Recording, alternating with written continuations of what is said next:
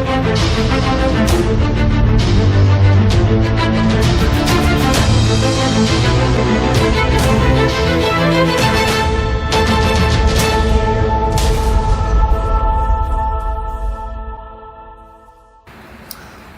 to the DO Boxing Show. I'm your host, Dameon Okposio, and I'm here with former fighters Ralph Racine and Dave Hutchinson, and we're going to be talking about the career of Ralph Racine. So, to give you an idea of who we're talking about, the level that Ralph was fighting at was a very high level, and I'm going to go over some of the people that he faced off against. So Ralph beat former Canadian champion and world-ranked fighter Al Ford 3 times. He defeated Larry Stanton in a 10-round decision. He fought Nicky Furlano, another top fighter in the world, and he had a TKO over the 10th-ranked fighter in the world, Ezequiel Coco Sanchez. Ralph fought the 9th-ranked fighter, who was ranked by the WBC, Marco Barahona, and lost a controversial split decision in which many people thought Ralph had won. He fought the Gronk Gym's first world champion, Hilmer Kinti, and had him down on the canvas in the first and second rounds and lost a very close decision to Kinti. And once again, a lot of fans weren't happy with that decision. Kinti went on to win the WBA Lightweight Championship of the World 7 months later. Ralph also had 2 very tough fights with another world-ranked fighter, Gaetan Hart. Ralph could punch and proved that he was one of the top fighters in the world at the time. So I want to thank Dave Hutchinson, first of all, for his research and creating that very good introduction. So Ralph, your grandfather, Tex McEwen, used to be a professional boxer and sparred with, who was it, Jack Dempsey? Jack Dempsey, yeah. Sparred with Jack Dempsey. And I was just a young kid when my grandfather passed away. But he had showed my dad how to work out, how to hit a heavy bag and speed bag. So he was showing me that. Anyway, it led into that to my grandfather. So I guess we went from there, and that was it. That's how you got involved through your father. Your father was a big boxing fan, and he started teaching you boxing, I believe, in your basement or something. Yeah, basement in the garage in the summertime. Right on. That was. Yeah, he hooked up the equipment for me, and that's what he did. And your amateur career, when did you start boxing amateur? I was around 14 years old. And I went into different tournaments, like right around here in Toronto or places like that. I just went to tournaments like that and did very well. Liked it. And I was young. Where did you fight out of? Like, which gym did you train out of? When I was amateur, I just started. So long ago that gym. Fontel, it's where I did work out. Fontel down the other side there. Yes. Yeah. Fontel. Niagara Falls. That's where we found out about a gym that was there where there was a trainer that knew things and how to train. So my dad took me there. I was too young to drive myself, so he used to take me there starting out. Yeah. And then from there, it just went down to the seniors gym. And your amateur career, you didn't stay amateur very long, about 4 years, 5 years? Yeah. By the time you were 18, 19? 14, yeah. Probably about 4 or 5 years. You were 18 years old, you turned professional. Yeah. And you ended up training at, was it Springer's Gym in Buffalo?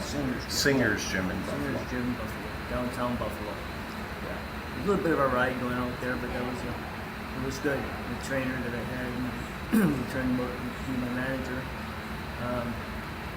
How did you make your way out there at that time? Oh, I used to just drive. Every time we went out there, almost daily. Sometimes I'd go because I also had a few friends that worked out too, and they liked the training, and we'd come with me. So some of them were driving. We'd just switch back and forth like that. Oh, okay. So I had company, luckily, to go with me. Nice. So it was nice that way. It wasn't too boring. I know you were, after you started fighting pro, it didn't take long. You were one of the top ranked fighters in the world. You were ranked 15 in the world, I believe it was. You ended up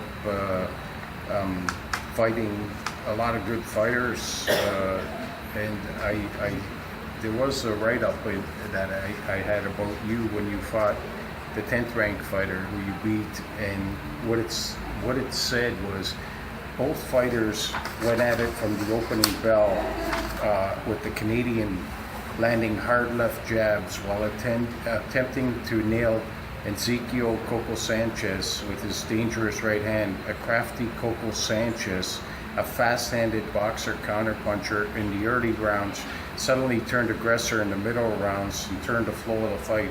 Both fighters banged away in the crucial 8th and 9th rounds. Entering the 10th round, the lightweight belt was up for grabs. Referee Arthur McCanty had the fight 7-2 for Ralph Racine. Judge Sam Iron had it 4-3-2 for Sanchez, and Judge Artie Ardila had it 4-4-1, an even fight. In round 10, Racine, sensing he needed the round to win, attacked and dropped Coco early in the round with a left hook, and Coco got up at the 5 count, and moments later was met by Racine, who unleashed a flurry of hard punches on the stunned Dominican. As Racine flailed away, he landed a long right hand to the head of Coco Sanchez, who wobbled back and was unable to defend himself when referee Arthur McCanty jumped in and stopped the bout at 1 minute and 17 seconds of round 10. That was a big win for you at the time, got you right up there in the rankings. Yes, yeah, it did. That was one of my biggest wins at the time, and a good fight. I was in great, like I said, in great shape. Everything went well at that time. But it was a hard fight, but then, like I say, I was in great shape to go to the 10 rounds if I had to, which I almost did. So. What was one of your most memorable fights as a pro that you think back to? Well, the one, of course, would be my fight where I did get injured, and that was with Elmer Kenton. That was a 10-rounder in his hometown, Detroit, and I didn't even know who I was really fighting, to tell you the truth. And like in terms of reputation and stuff like that? I wasn't sure how good he was. I never even seen him, and then when I went there, and then I seen him at the weigh-in. I looked, he was tall, and not a mark on his face either. So I said, "Oh my God, he's got to be hard to hit." There. So oh boy. So the height and reach advantage, I thought I better be on the move quickly, whatever I can do. And I did, and I did throw the one. I did catch him 2 times. I was a pretty good hitter, so I caught him 2 times in the early rounds, and he went down, and he never took he might have taken the 8 count, but he jumped right back up real quick, and I thought, wow, I better be ready to go to the 10 if it does. But that was one of my hardest fights, like I said. So, and that's where I did. That's the after effects I did have. The only fight I ever did have that was that fight there, where I actually had a little bit of blurry vision, seeing double a little bit. And it lasted a little while, and that's when I was going to quit too. And that went away. It wasn't there too long, and Hilmer won the world champion maybe 4 or 5 months after that, and I thought I got to go back and try again. Okay. That's what I thought. So what did you feel? Like you said, you got to try and go back. What was the feeling at that time when you saw that he won the world champion, and you knew how you performed against him? It felt good. It sort of gave me. I used to think, well, am I good enough to be up in that division? I wasn't sure. But then when I fought with him and I went the distance, and it was a hard fight and a close fight, and then he's world champion, I thought that puts me up there too. Instead of thinking too much down on myself, I'm up there too. Just maybe if I can change things a little bit, maybe if things go well, maybe I could beat him. Excellent. So one of the things I was wondering about was your style. Who taught you your style, and how would you describe your boxing style? Well, it was actually my grandfather. He didn't really teach me sight. My father showed me how to fight. Punch, actually, not actually fighting, but just the other punch. And then I had to go to a gym after that, and he took me to an old gym, actually the gym in Buffalo.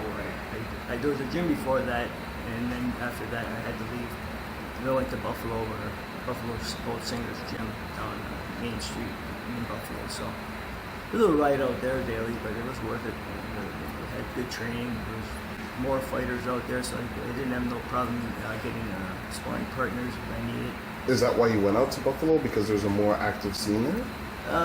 Yeah, because of that, and plus the man, his name was John Sudak, he liked me. He liked me back when I was amateur. I didn't even know him, but he wanted to take over me. And so he was teaching me, and that was his gym. He had owned the gym there. Oh, okay. So, and I just heard about the thing. I didn't know him or nothing. But like I said, he had seen me in one of my fights in the amateur, and he liked me. So When you went there, that's where you started to really learn how to punch harder. yes, You really, after that, you started knocking people out a lot. They were making adjustments to your punching power with your right and your left and my hook. hook, yeah. And there's a lot of it's not something you just sort of, you would know, just teach a guy and then they go and do it. You have to work on it. You have to know the heavy bag and everything. You have to do a lot of work, and then you have to see or be told what you're doing wrong. And that's what's nice. I wish we would have had that machines over to watch or something. And what was that? What was the coach's name? Johnny Sudak Oh, okay. from Buffalo. Yeah. And so what would you say your style was? Would you say you was like a puncher or a boxer puncher? Myself, Yeah. I was more or less, I'd say, a boxer puncher. Oh. I wasn't like a slugger that would walk in all the time. I liked the box a little bit, but I actually liked it when I think the best I did was when they were coming towards me, and I would plant myself usually, and then catch them coming in, and so the punch is when it's both collide together. It's a little more power, I think. But when I fought a few guys that were like Homer Kenty, even, like he was tall and moving around, and it's hard to get him because he was, instead of coming at me, Oh, he'd use the foot he movement to start. used the footwork and then come into me and throw punches, and he was hard to fight. So it's just your styles, and some people you look at, they're unbeatable the way you stop one guy, but then it's just the way he was just meant for me, the way he fought.